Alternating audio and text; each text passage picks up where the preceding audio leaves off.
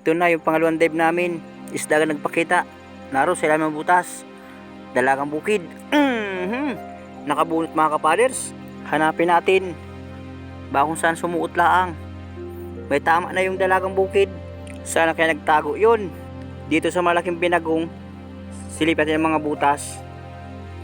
Wala dito. Nasaan na kaya yun? Naro sa unahan na. Papalayas na.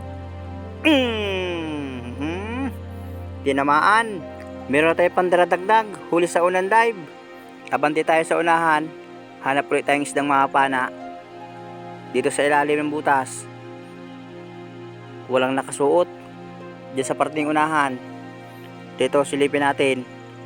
Surahan mga kapalers. Malaki. Lagkata ka dyan. Nagitik. Hindi kayang ubus-ubusin ang surahan dito. Lalong dumadami. Hanapan natin. Baka mayroon pang kasama. Dahan-dahan na tayo ng langoy. Na ito kuha pa. Nasa lamang binagong. Biglayin kong dakutin. Para hindi makagalaw kagad. Huli ka. Good size. Meron ng kasamahan din. Yung huli sa unang dive. Maraming salamat Lord. Kwartang linaw na ito bukas. Pati ko pa pang malaki. Nagpakita na rin. Hanap ulit tayo. Habagat nga ng hangin mga kapaders. Sobrang lakas ang habagat. Nagsisimula man ang kulog at kidlat. Na ito pa surahan. Lagata ka din dyan. Nagitik. Malaking surahan uli. Pirsahin ko itong hilahin.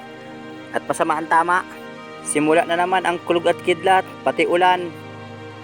Parang may nagpipicture dito sa ilalim ng dagat. Gawa ng kidlat. Grounded. Hanap ulit tayo. Dito may nakatago mga kapaders. Kinasa ko muna yung pana. Na ito lapu-lapo. Tamaan sana.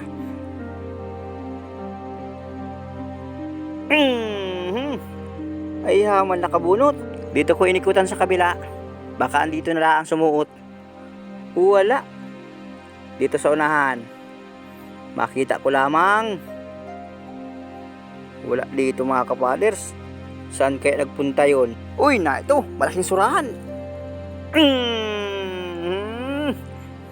Yun. Ganda ng tama. Buti halaang. Nasintro yung gitikan. Mas maganda lugod yung naging kapalit. Malaking surahan. Kaysa dun sa lapu-lapo. Malaki na. Mas matimbang pa. Pero yung presyo ng lapu-lapo sa kasurahan. Hindi nagpapanghuli. Ang surahan 180. Ang lapu-lapo 200. 20 lang nilamang ng lapu-lapo. Na ito may nakalabas ang ulo. Ay hamal yan. Nakabunot malaking alatan. Na ito yata. Yun. Buti at tapan ng kasama ko. Ay na. Dandahan mga kapaders. Papanain ko din. Gitik. Hamal yan. Buti at nandiyan yung kasama ko. Nakita. Ito yung alatan na paltakan. Makapal ang labi. Meron tayong sabawan bukas. Paborito ko dito, parteng ulo. Makawala ka pa man dyan. Dalawang pa na nakapasak. Hanap ulit tayo. Pakita pa. Na ito. Timbungan. Maganda talaga ang panain dito. Halos mga pili. Sigurado magandang dilin siya bukas. Kahit para paano. Makakadilin siya mayata ng malaki-laki tayo. Para ariman ang pambiling bigas. Dito sa ilalim. Andito merong isda. Tapasan.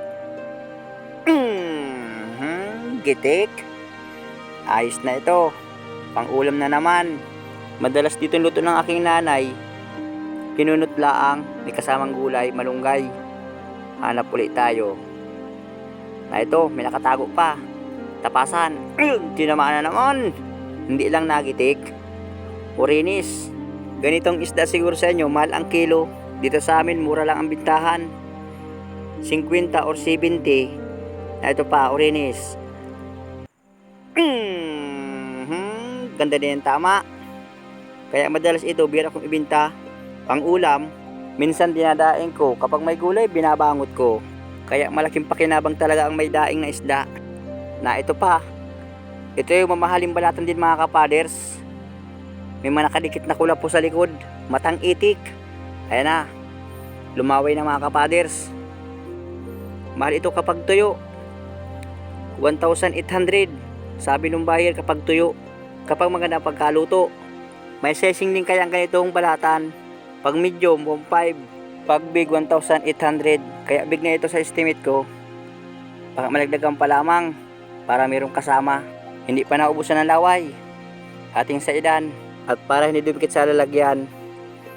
Ayos na yun. Na ito pa, tapasan. Ginigiti ko sana. Kumibo ng kaunti. Kaya hindi tinamaan yung gitikan. Kapag nagtuloy-tuloy ang lakas ng habagat, sigurado ang tabi ng isda sa parteng babaw, marami na yan. Na ito may lapu-lapo, liglig. Gitik. Tinamaan sa pagitan ng dalawang mata. Ganitong klaseng isda, sinasama ng buyer sa bitilya. 150 man ang bilis sa amin. Maraming pasensya po doon sa mga nagko-comment na gusto makabi ng isda. Kaya lang po ang location nyo malayo. Visayas at Mindanao ang lugar ninyo. Dito may lapu-lapo. Sinungkit ko mga kapaders. Parang bago ng pisto. Naroon sa pinakang ilalim. Nagitik din. Ay hindi pala. Akala ko nagitik. Malaking liglig na ito. Dito sa lamang binagong may nakita ako. Sa buntot pala ang kiyala ko na. Surahan ka agad.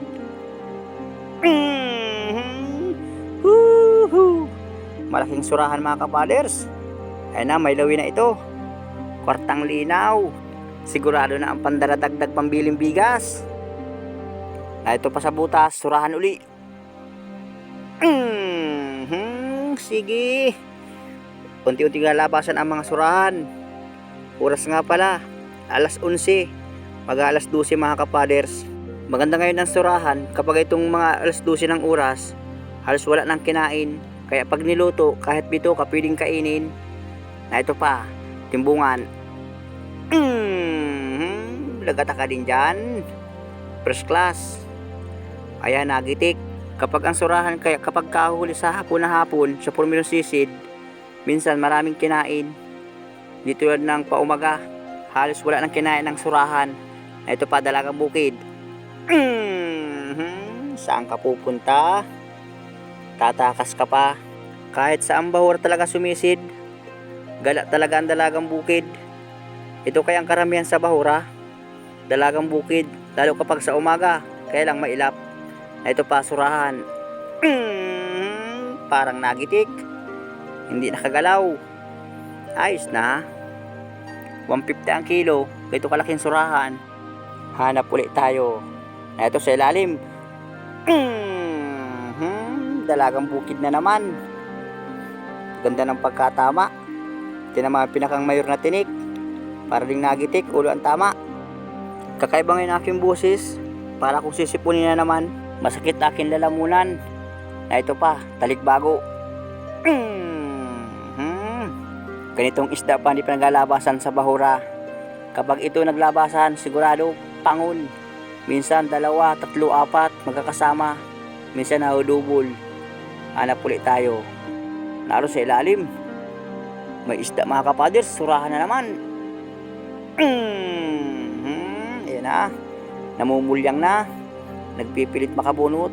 Ayan na, nagpapilipit na. Uy, nakabunot na. Nasa na kaya yun? Wala, nagpanlabo na mga kapaders. Yun, may napansin ako, may lumayas. Nasa na yun? Hanapin natin. Ay na ito. Ay sigurado ka na. Wala ka nang kawala. Buti napansin ko kanina, biglang dumaan sa tagiliran ko. Siya na pala ito. Na ito yung kasama ko, may pinapana mga kapaders. Anong isda kaya yun? Yung pinana mga kapaders. Parang hindi tinamaan yata. Hindi nga tinamaan. Anong isdaing kaya yun? Atin tingnan itong butas. Silipin natin. At baka makita ko na laang naroon. Surahan mga kapaders.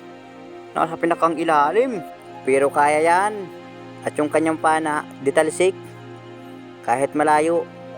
Ang problema, kung lumayas yung surahan, naroon pa. Hindi pa lumalayo mga kapaders. Yun, tinamaan din.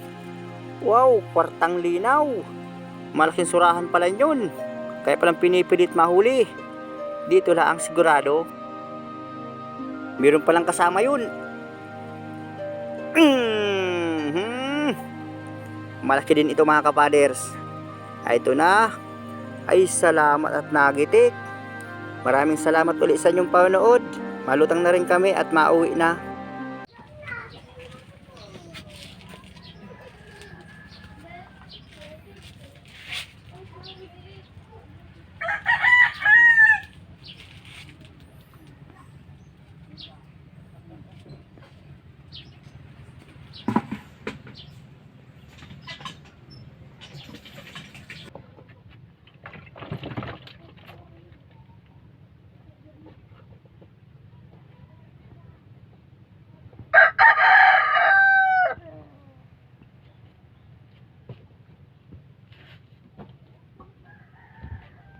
Tandaan mo kasi.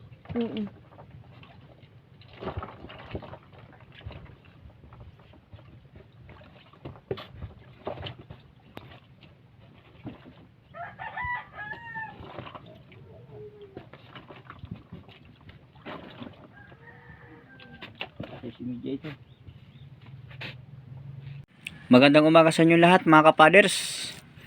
Na ito namin kinita sa dalawang dive. 5,675 ang gastos, 255 ang natira, 5,420 pinag-apat, partihan bawat isa, 1,355. Ayos na ito. Malaking tulong para sa amin mga kapaders. Maraming salamat Lord sa gabay. Kahit para paano nakadilin siya naman tayo ng panibagong pambigas. Shout nga pala sa Luzon, Visayas, Mindanao, pati sa mga FW dyan. Maraming salamat nga pala sa inyong walang sawang suporta at walang sawang panood. Maraming salamat din sa mga hindi pag-skip ng ads. God bless. Ingat tayong lahat.